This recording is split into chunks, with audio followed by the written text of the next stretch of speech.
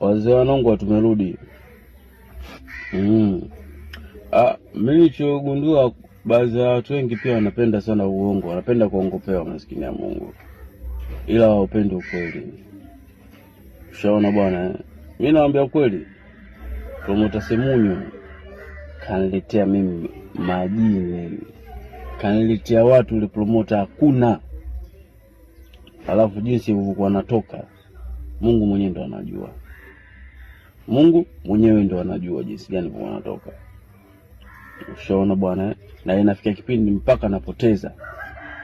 Umeona? Lakini nakutana na watu wa maana. Na nilipoteza mimi hakuna aliyemweza. Sawa. Huyo ndugu yenu mtu Fudenge alicheza na mtu mmoja tu Shibangu Kayembe pale shamba la bibi. Alipigwa kama begi. Nikamwambia mimi subiri nimuonyeshe ukubwa. Maana alikuwa anataka limecha kana kataa. Nikamwambia nileteni mimi namfundisha ngumi ni mwisho ngumi.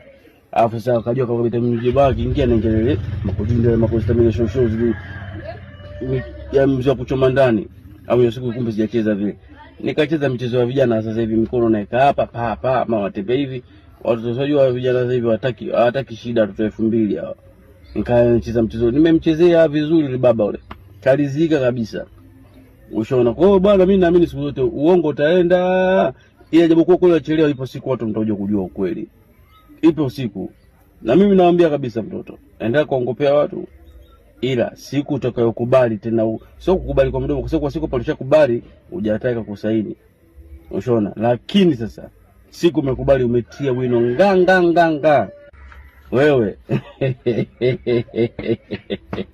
akia Mungu nakufumua mbwa wewe. Nakufumua kweli mwanangu. Nakwambia kweli. Yaani sikuchekei, sikuonee huruma, nakufumua kweli. Yaani kimbia hivyo hivyo. Uenda kuongopea watu. Wewe mtu umempiga bega la kulia kashika pua. Akia Mungu.